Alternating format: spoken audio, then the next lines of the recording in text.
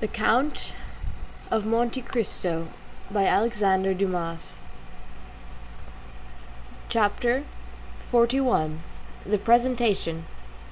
When Albert found himself alone with Monte Cristo, "My dear Count," said he, "allow me to commence my services as cicerone by showing you a specimen of bachelor's apartment. You, who are accustomed to the palaces of Italy, can amuse yourself by calculating in how many square feet a young man, who is not the worst lodged in Paris, can live. As we pass from one room to another, I will open the windows to let you breathe." Monte Cristo had already seen the breakfast room and the salon on the ground floor. Albert led him first to his atelier, which was, as we have said, his favourite apartment. Monte Cristo quickly appreciated all that Albert had collected here: old cabinets, Japanese porcelain, oriental stuffs, Venetian glass, arms from all parts of the world. Everything was familiar to him, and at the first glance he recognized their date, their country, and their origin. Morcerf had expected he should be the guide. On the contrary, it was he who, under the Count's guidance, followed a course of archaeology, mineralogy, and natural history. They descended to the first floor. Albert led his guest into the salon.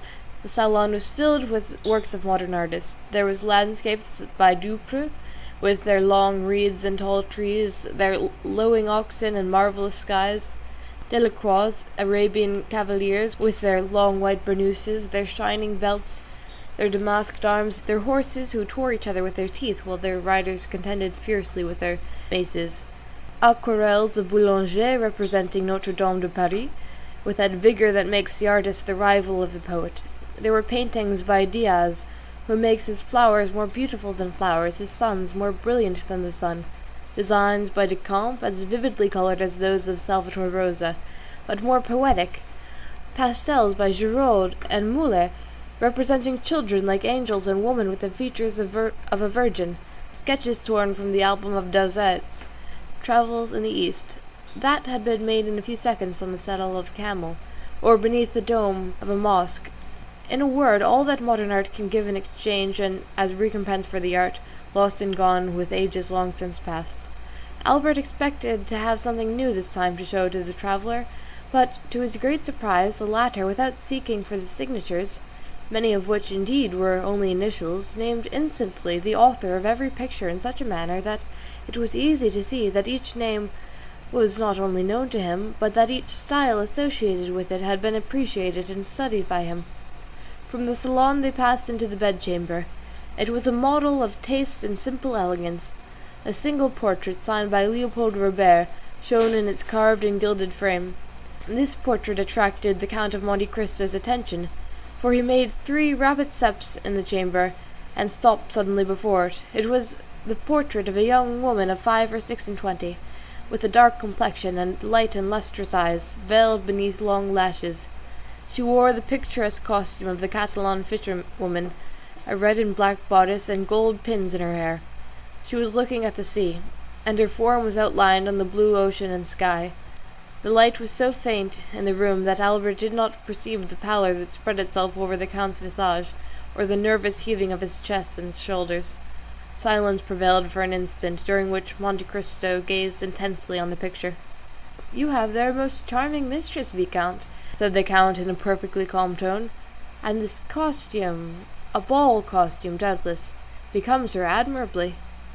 "Ah, monsieur," returned Albert, "I would never forgive you this mistake if you had seen another picture beside this. You do not know my mother. She it is whom you see here. She had her portrait painted thus 6 or 8 years ago. This costume is a fancy one, it appears, and the resemblance is so great that I think I still see my mother the same as she was in 1830. The Countess had this portrait painted during the Count's absence. She doubtless intended giving him an agreeable surprise, but, strange to say, this portrait seemed to displease my father, and the value of the picture, which is, as you see, one of the best works of Leopold Robert, could not overcome his dislike to it. It is true, between ourselves, that Monsieur de Morcerf is one of the most assiduous peers at the Luxembourg, a general renowned for theory, but a most mediocre amateur of art. It is different with my mother, who paints exceedingly well, and who, unwilling to part with so valuable a picture, gave it to me to put here, where it would be less likely to displease Monsieur de Morcerf, whose portrait by Gros I will also show you. Excuse my talking of family matters, but as I shall have the honour of introducing you to the Count, I tell you this to prevent you making any allusions to this picture. The picture seems to have a malign influence, for my mother rarely comes here without looking at it, and still more rarely does she look at it without weeping. This disagreement is the only one that has ever taken place between the Count and Countess, who are still as much united, although married more than 20 years, as on the first day of their wedding. Monte Cristo glanced rapidly at Albert as if to seek a hidden meaning in his word, but it was evident the young man uttered them in the simplicity of his heart. "Now," said Albert, "that you have seen all my treasures, allow me to offer them to you, as unworthy as they are. Consider yourself as in your own house, and to put yourself still more at ease, pray accompany me to the apartments of Monsieur de Morcerf, he whom I wrote from Rome on account of the services you rendered me, and to whom I announced your promised visit. And I may say that both the Count and Countess anxiously desire to thank you in person. You are somewhat blasé, I know, and family scenes have not much effect on Sinbad the sailor, who has seen so many others. However, accept what I propose to you as an invitation into Parisian life, a life of politeness, visiting, and introductions." Monte Cristo bowed without making any answer. He accepted the offer without enthusiasm and without regret, as one of those conventions of society which every gentleman looks upon as a duty. Albert summoned his servant and ordered him to acquaint Monsieur and Madame de Morcerf of the arrival of the Count of Monte Cristo. Albert followed him with the Count. When they arrived at the antechamber, above the door was visible a shield which, by its rich ornaments and its harmony with the rest of the furniture, indicated its importance. The owner attached to this blazon. Monte Cristo stopped and examined it extensively. "Azure 7 relais, or place bender," said he.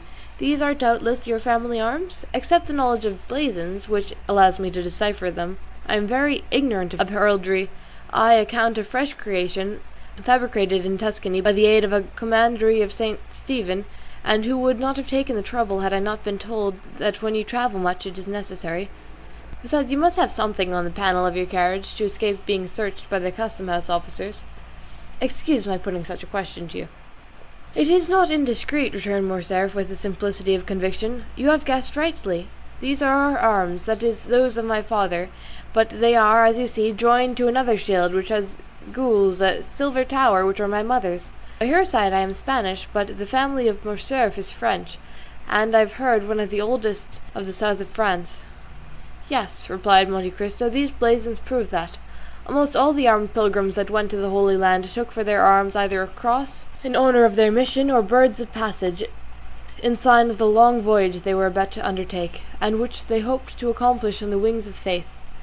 One of your ancestors had joined the Crusades, and supposing it to be only that of Saint Louis, that makes you mount to the 13th century, which is tolerably ancient." "It is possible," said Morcerf. "My father has in his study a genealogical tree which will tell you all that, and which I made commentaries that would have greatly edified Hosier and Joker. At present I no longer think of it, and yet I must tell you that we are beginning to occupy ourselves greatly with these things under our popular government." "Well, then, your government would do well to choose from the past something better than the things that I have noticed on your monuments, and which have no heraldic meaning whatever. As for you, Viscount," continued Monte Cristo to Morcerf, "you are more fortunate than the government, for your arms are really beautiful, and speak to the imagination.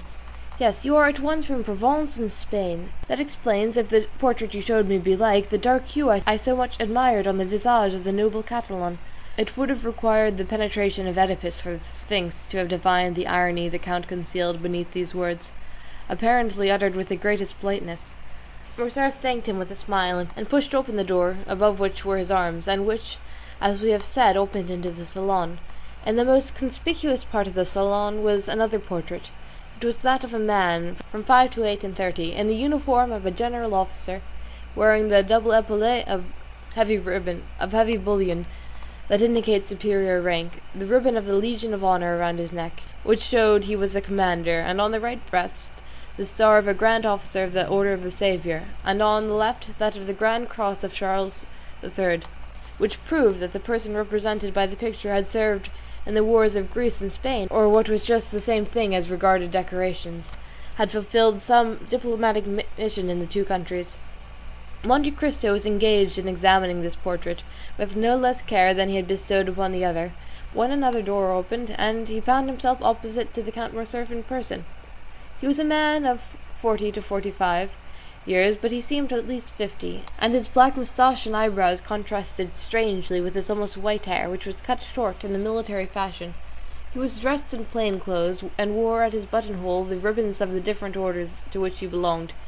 He entered with a tolerably dignified step, and some little haste. Monte Cristo saw him advance towards him without making a single step. It seemed as if his feet were rooted to the ground, and his eyes on the Count of Morcerf. "Father," said the young man, "I have the honour of presenting to you the Count of Monte Cristo, the generous friend whom I had the good fortune to meet in the critical situation of which I have told you." "You are most welcome, monsieur," said the Count of Morcerf, saluting Monte Cristo with a smile, "and monsieur has rendered our house, in preserving its only heir, a service which ensures him our eternal gratitude." As he said these words, the Count of Morcerf pointed to a chair, while he seated himself in another opposite the window. Monte Cristo, in taking the seat Morcerf offered him, placed himself in such a manner as to remain concealed in the shadow of the large velvet curtains, and read on the careworn and livid features of the Count a whole history of secret griefs written in each wrinkle time had planted there. "The Countess," said Morcerf, "was at her toilette when she was informed of the visit she was about to receive. She will, however, be in the salon in 10 minutes." "It is a great honour to me," returned Monte Cristo, "to be thus, on the first day of my arrival in Paris, brought in contact with a man whose merit equals his reputation, and to whom fortune has for once been equitable. But has she not still on the plains of Metidja, or in the mountains of Atlas, a marshal's staff to offer you?" "Oh," replied Morcerf, reddening slightly, "I have left the service, monsieur. Made a peer at the Restoration, I served through the first campaign under the orders of Marshal Bourmont. I could, therefore, expect a higher rank, and who knows what might have happened had the elder branch remained on the throne. But the Revolution of July was, it seems, sufficiently glorious to allow itself to be ungrateful, and it was so for all services that did not date from the imperial period. I tendered my resignation, for when you have gained your epaulettes on the battlefield, you do not know how to manoeuvre on the slippery grounds of the salons. I have hung up my sword and cast myself into politics. I have devoted myself to industry. I studied the useful arts. During the 20 years I served, I often wished to do so, but I had not the time." "These are the ideas that render your nation superior to any other," returned Monte Cristo. "A gentleman of high birth, possessor of an ample fortune, you have consented to gain your promotion as an obscure soldier, step by step. This is uncommon. Then become general, peer of France, commander of the Legion of Honour. You consent to again commence a second apprenticeship, without any other hope or any desire than that of one day becoming useful to your fellow creatures. This indeed is praiseworthy. Nay, more, it is sublime." Albert looked on and listened with astonishment. He was not used to see Monte Cristo give vent to such bursts of enthusiasm.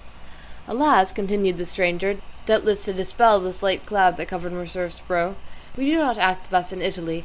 We grow according to our race and our species, and we pursue the same lines, and often the same uselessness all our lives."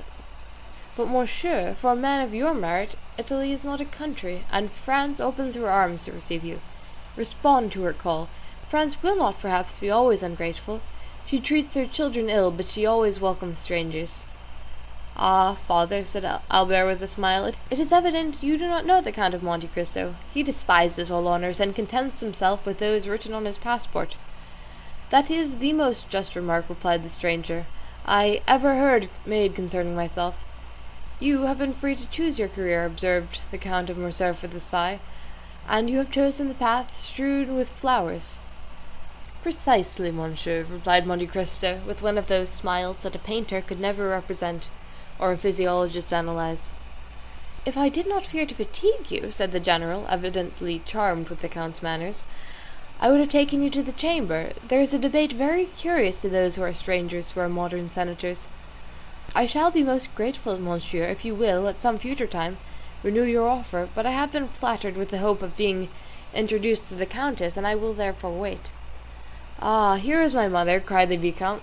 Monte Cristo turned round hastily and saw Madame de Morcerf at the entrance of the salon, at the door opposite to that by which her husband had entered, pale and motionless, When Monte Cristo turned round, she let fall her arm, which for some unknown reason had been resting on the gilded doorpost. She had been there some moments and had heard the last words of the visitor. The latter rose and bowed to the Countess, who inclined herself without speaking.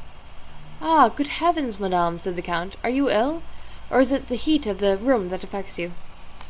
"Are you ill, mother?" cried the Viscount, springing towards her. She thanked them both with a smile.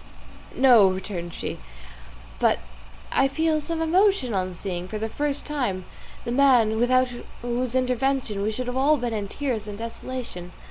Monsieur," continued the Countess, advancing with the majesty of a queen, "I owe to you the life of my son, and for this I bless you. Now, I thank you for the pleasure you give me in thus affording me the opportunity of thanking you as I have blessed you, from the bottom of my heart." The Count bowed again, but lower than before. He was even paler than Mercedes.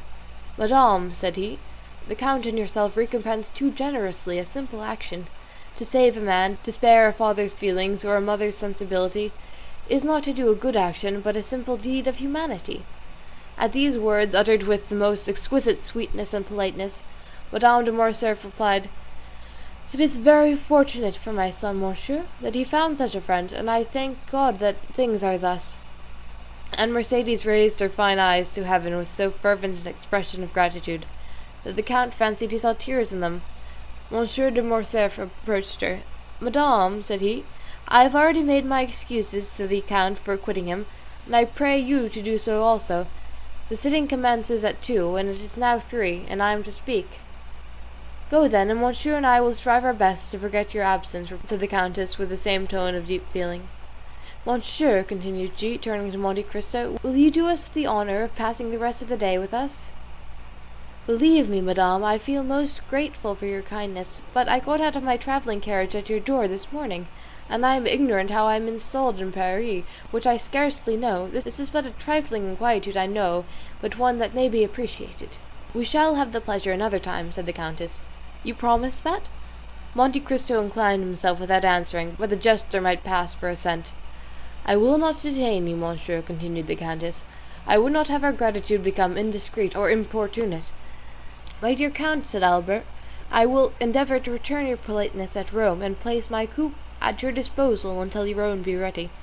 "A thousand thanks for your kindness, Viscount," returned the Count of Monte Cristo, "but I suppose that Monsieur Bertuccio has suitably employed the 4 hours and a half I have given him, and that I shall find a carriage of some sort ready at the door."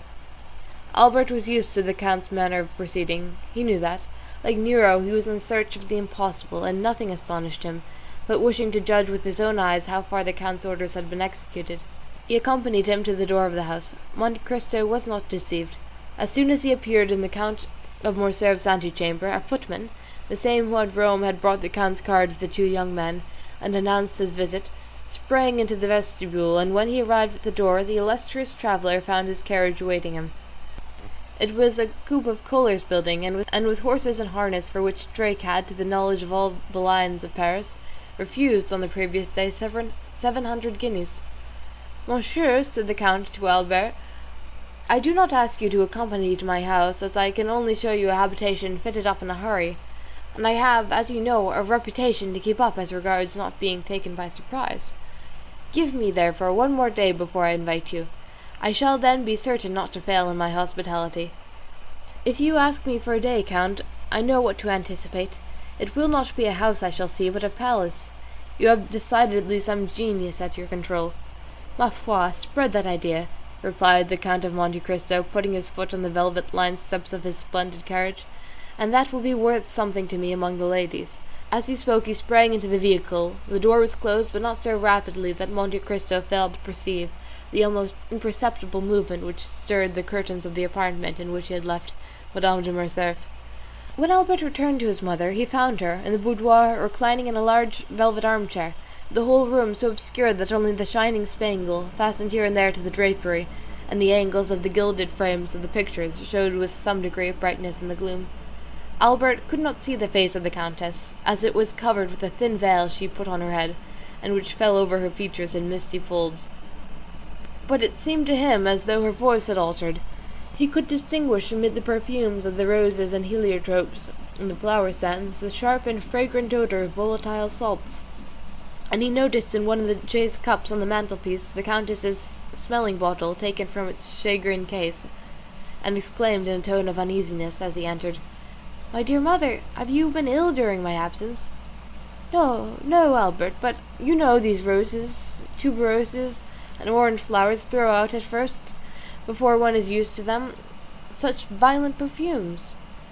"Then, my dear mother," said Albert, putting his hand to the bell, "they must be taken to the antechamber. You are really ill, and just now were so pale as you came into the room." Was I pale, Albert?" "Yes, a pallor that suits you admirably, mother, but which did not the less alarm my father and myself." "Did your father speak of it?" inquired Mercedes eagerly. "No, but do you not remember that he spoke of the fact to you?" "Yes, I do remember," replied the Countess. A servant entered, summoned by Albert's ring of the bell. "Take these flowers into the ante-room or dressing-room," said the Viscount. "They make the Countess ill." The footman obeyed his orders. A long pause ensued, which lasted until all the flowers were removed. "What is this name of Monte Cristo?" inquired the Countess, when the servant had taken away the last vase of flowers. "Is it a family name, or the name of the estate, or a simple title?" "I believe, mother, it is merely a title. The Count purchased an island in the Tuscan archipelago, and as he told you today, has founded a commandery. You know the same thing was done for Saint Stephen of Florence, Saint George Constantinian of Parma, and even for the Order of Malta. Except this, he has no pretension to nobility, and calls himself a chance count, although the general opinion at Rome is that the Count is a man of very high distinction." "His manners are admirable," said the Countess, "at least as far as I could judge, in the few minutes he remained here." "They are perfect, mother, so perfect that they surpass by far all I have known in the leading aristocracy of the three proudest nobilities of Europe, the English, the Spanish, and the German." The Countess paused a moment, then, after a slight hesitation, she resumed, "You have seen, my dear Albert, I ask the question as a mother, you have seen Monsieur de Monte Cristo in his house? You are quick-sighted, have much knowledge of the world, more tact than is usual at your age. Do you think the Count is really what he appears to be?" "What does he appear to be?" "Why, you have just said, a man of high distinction. I told you, my dear mother, he was esteemed such. But what is your own opinion, Albert? I must tell you that I have not come to any decided opinion respecting him, but I think him a Maltese. I did not ask you of his origin, but what he is." "Ah, what he is! That is quite another thing. I have seen many remarkable things in him, but if you would have me really say what I think, I shall reply that I really do look upon him as one of Byron's heroes, whom misery has marked with a fatal brand, some Manfred, some Lara, some Warner, one of those wrecks, as it were, of some ancient family, who, disinherited of their patrimony, have achieved one by the force of their adventurous genius, who has placed them above the laws of society. I say that Monte Cristo is an island in the midst of the Mediterranean, without inhabitants or garrison, the resort of smugglers of all nations and pirates of every flag. Who knows whether or not these industrious worthies do not pay their feudal lord some duties for his protection?" "That is possible," said the Countess, reflecting. "Never mind," continued the young man. "Smuggler or not, you must agree, dear mother, as you have seen him, that the Count of Monte Cristo is a remarkable man, who will have the greatest success in the salons of Paris. Why, this very morning, in my rooms, he made his entry among us by striking every man of us with amazement, not even excepting Chateau Renaud." "And what do you suppose is the Count's age?" inquired Mercedes, evidently attaching great importance to this question. 35 or 36, mother." "So young! It is impossible," said Mercedes, replying at the same time to what Albert said as well as to her own private reflection. "It is the truth, however. 3 or 4 times he has said to me, and certainly without the slightest premeditation, 'At such a period I was 5 years old, and at another 10 years old, at another 12, and I, induced by curiosity, which kept me alive to these details, have compared the dates, and never found him inaccurate. The age of this singular man, who is of no age, is then, I am certain, 35. Besides, mother, remark how vivid his eye, how raven-black his hair, and his brow, though so pale, is free from wrinkles. He is not only vigorous, but also young."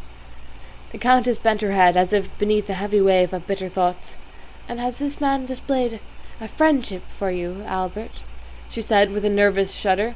"I'm inclined to think so. And do you like him?"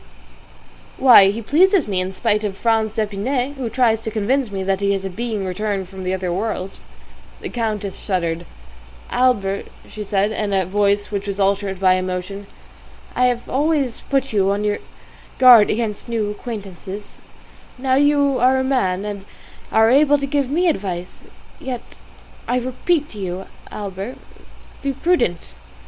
"Why, my dear mother, it is necessary, in order to make your advice turn to account, that I should know beforehand what I have to distrust. The Count never plays. He only drinks pure water tinged with a little sherry, and he is so rich that he cannot, without intending to laugh at me, try to borrow money. What then have I to fear from him?" "You are right," said the Countess, "and my fears are weakness, especially when directed against a man who has saved your life. How did your father receive him, Albert? It is necessary that we should be more than complaisant to the Count. Monsieur de Morcerf is sometimes occupied, his business makes him reflective, and he might, without intending it—" "Nothing could be in better taste than my father's demeanour, madame," said Albert. "Nay, more, he seemed greatly flattered at 2 or 3 compliments which the Count very skilfully and agreeably paid him with as much ease as if he had known him these 30 years. Each of these little tickling errors must have pleased my father," added Albert with a laugh, "and thus they parted the best possible friends, and Monsieur de Morcerf even wished to take him to the chamber to hear the speakers." The Countess made no reply. She fell into so deep a reverie that her eyes gradually closed. The young man, standing up before her, gazed upon her with that filial affection which is so tender and endearing with children whose mothers are still young and handsome. Then, after seeing her eyes closed and hearing her breathe gently, he believed she had dropped asleep, and left the apartment on tiptoe, closing the door after him with the utmost precaution. "This devil of a fellow," he muttered, shaking his head. "I said at the time he would create a sensation here, and I measure his effect by an infallible thermometer. My mother has noticed him, and he must therefore perforce be remarkable." He went down to the stables, not without some slight annoyance, when he remembered that the Count of Monte Cristo had laid his hands on a turnout which sent his bays down to 2nd place in the opinion of connoisseurs. "Most decidedly," said he, "men are not equal, and I must beg my father to develop this theorem in the Chamber of Peers." Chapter 41